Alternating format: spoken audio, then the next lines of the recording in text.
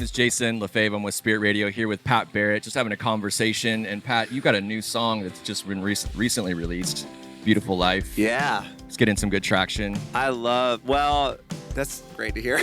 I mean, it's so encouraging. Keep saying nice things. Yeah, it's a beautiful song. Thank you. It's a beautiful melody. That was one of those songs that when I was making the record, it was, I read a lot of congregational worship music, which I love. Yeah. And for whatever reason, that song, it was just living rent-free in my head, especially like that line of the chorus. Oh, what a beautiful life. Yeah. Oh, what a beautiful life. Especially when life doesn't feel all that beautiful on the outside.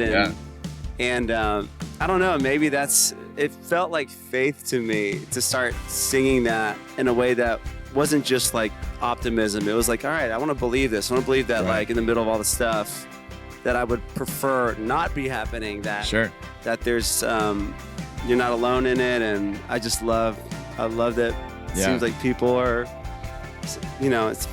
hopefully finding some encouragement somewhere when they hear it. So. Yeah, well, it's an opportunity just to speak it out, right? Like a lot of times when you feel that darkness or that like separation, you just got to speak out like, what you believe is inside and what God's given you.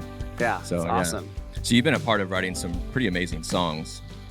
Good Father, a lot of them, right?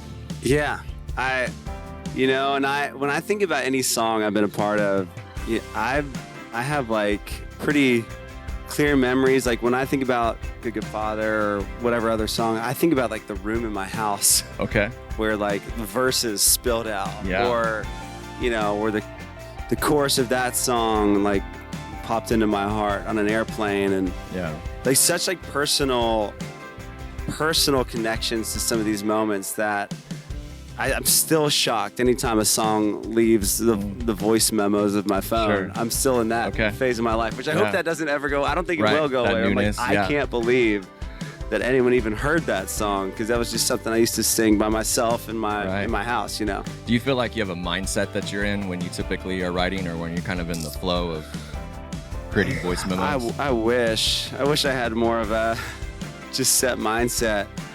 What I've taught myself to do is to pay attention to the things in my life that move me. So like my phone is filled with like voice memos and then notes. Like anytime I have a conversation with somebody or watch a movie or whatever, and there's a line that when you hear something but you don't just hear it, you like feel it. Right. Yeah. I just write that stuff down. Right. And it could be scriptures I'm reading or something I'm overhearing, or an interaction between someone else. Right, And if I take note of it because it moved me, it teaches me to just like lean into things like that. So songwriting, my mentality is, if there's a moment that happened that day that I felt like impacted me in a way that I could feel it, I lean into it and just start writing about it. So I pastored for 20 years, was a lead pastor, and I would do the same thing. I'd have voice memos, I have stuff in my notes. Oh, lead pastor. From years How ago. many sermons a year? Oh, man, at least 45, because, we would rotate, but... Songwriters, we can just write one song, and then you can't do that. Right, yeah. Well, the good thing is we had series, and we had writers. I mean, I had a team that would come along and help me, but I would have voice memos or notes from 5 years ago that I would pull into today. So do you have kind of that moment where you realize you have something from 5 years ago, 10 years ago that you're just now bringing into life? Yeah.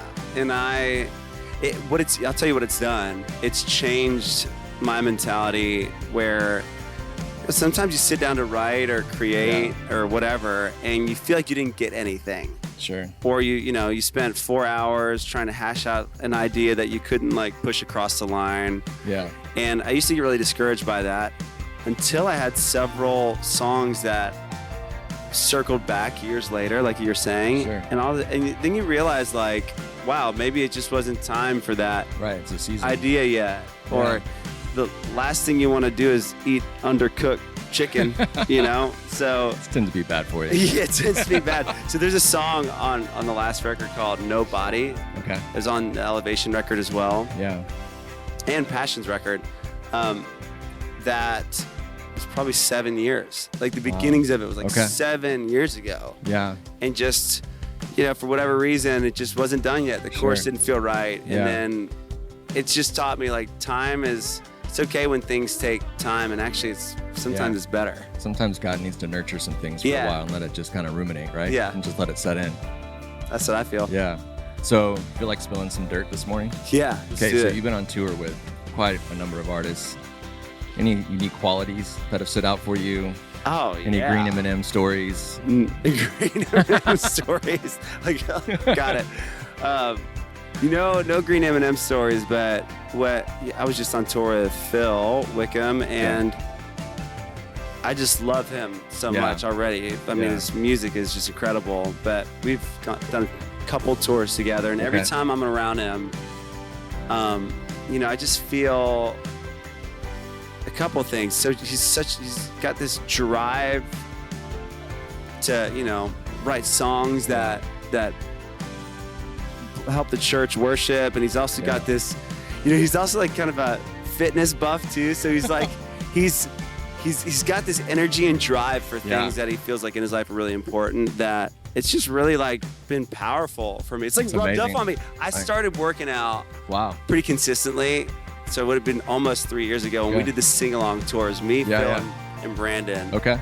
And because of Phil, it got me into this consistent exercise routine that I've kept. So do you have this image of Phil in your head whenever you go work out? Always. Yeah.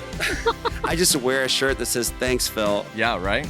Yeah, my back doesn't hurt anymore. Thanks, Phil. Yeah, I'm sure he doesn't think it's awkward at all. No, he doesn't. He likes it. He loves it.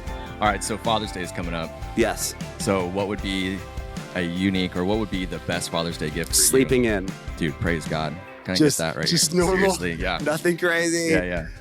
Sleep in. I don't know. Nothing, not too late. Yeah. 2, 3 p.m., 4 p.m. I mean, let's wake up for dinner, you're right? Out on the porch. Back to sleep. Yeah. How old are your kids? 12, 10, and then almost 7. Okay, I have 18, 15, and 10. So, yeah, just 3. A little bit ahead of you. 3's a lot. 3 girls.